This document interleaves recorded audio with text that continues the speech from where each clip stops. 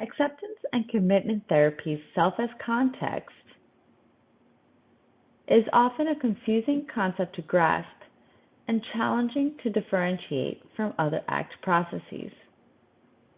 Let's see if we can better understand it together. Through its 6 core processes of contact with the present moment, values, acceptance, committed action, diffusion, and self as context, ACT strives to increase psychological flexibility, which is the ability to be present and open to our experiences so that we can take actions congruent with our values.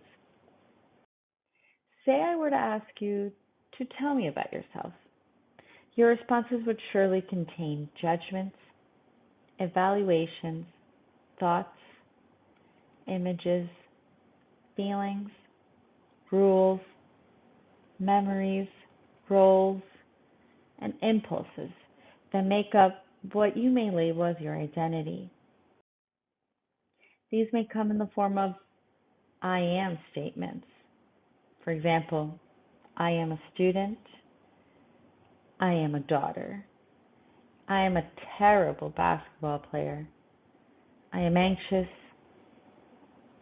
I am not good enough. This verbal content, which we use to define and describe ourselves, is a conceptualized self or self as content. These are ever-changing thoughts, feelings, memories, and the like. These descriptions can be relatively permanent, such as one's ethnicity, descriptive of one's activities, such as one's profession, or may be evaluations that might remain stable over time or change over the course of hours, days, weeks, months, or years, such as I am statements that contain good or terrible. For example, in the case of I am a terrible basketball player, I can put in the work to become a good basketball player. Thus, my description has changed. The conceptualized self is not itself problematic. It can be useful in allowing us to engage in socialization. It facilitates conversations with others.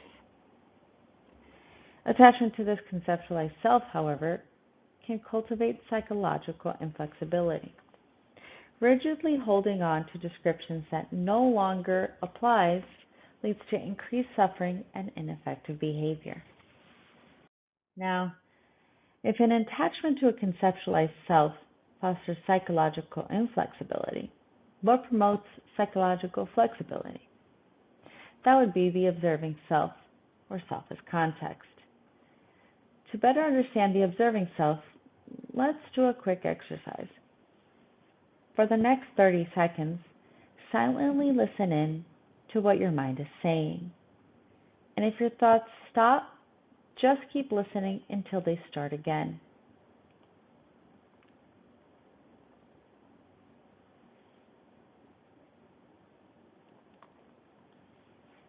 Notice who is noticing. Be aware that you are noticing.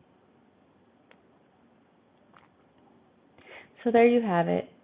There's a part of your mind that talks, the thinking self, and part of your mind that listens, the observing self.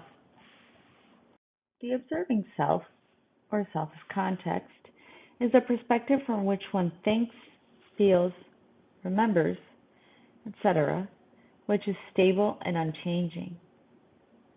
From this perspective, we are not defined by our thoughts, sensations, emotions, and memories. Tapping into this ACT process lets us experience life as is, creating the flexibility necessary to behave in ways guided by values rather than stories about the self.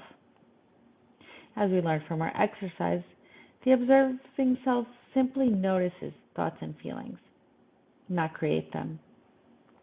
It cannot judge or be judged, as all the observing self does is observe things as they are in the present moment.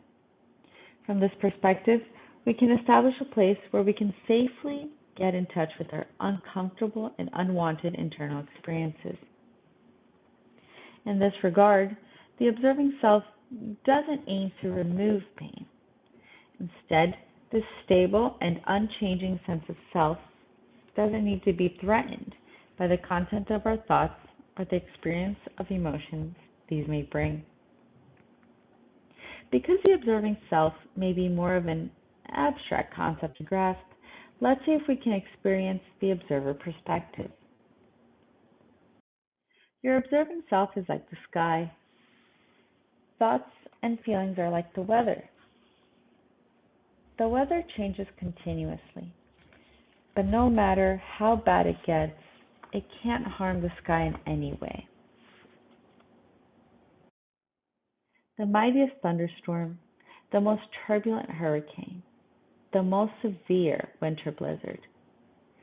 These things can't hurt or harm the sky. And no matter how bad the weather, the sky always has room for it. Plus, sooner or later, the weather always changes. Sometimes we forget the sky is there, but it's still there. And sometimes we can't see the sky because it's obscured by clouds. But if we rise high enough above those clouds, even the thickest, darkest thunderclouds, sooner or later, we'll reach clear sky, stretching in all directions, boundless and pure. More and more, you can learn to access this part of you, a safe space from which to observe and make room for difficult thoughts and feelings. As we wind down here, let's summarize the key points of the conceptualized self, or the self as content, and the observing self, or the self as context. The conceptualized self, or self as content, refers to the thoughts, feelings, memories, etc. we use to describe ourselves. These can be relatively permanent, descriptive of our activities, or ever-changing. The conceptualized self in itself is not problematic and is useful in socialization, facilitating conversations with others. However, attachment and rigidity to the conceptualized self leads to psychological inflexibility.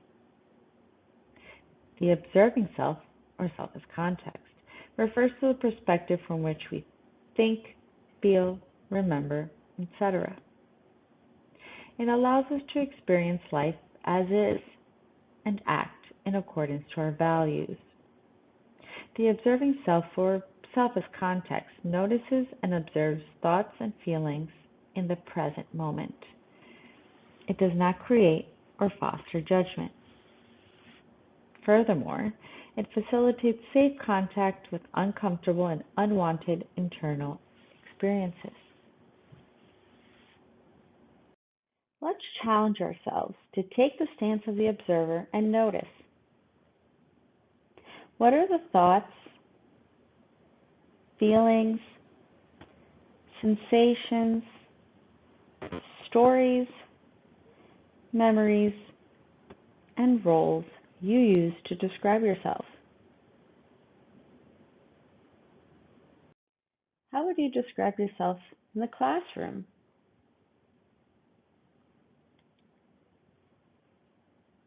Would it apply to who you are at the office? During a long and grueling tennis match? How about hanging out with your friends? At dinner with your family? Or at a job interview? Did you notice any overlap? Any possible areas of rigidity or inflexibility? Remember, you are not the thoughts, feelings, sensations, roles, memories, or stories that make up any of these descriptions of self. Rather, You are the context in which they unfold.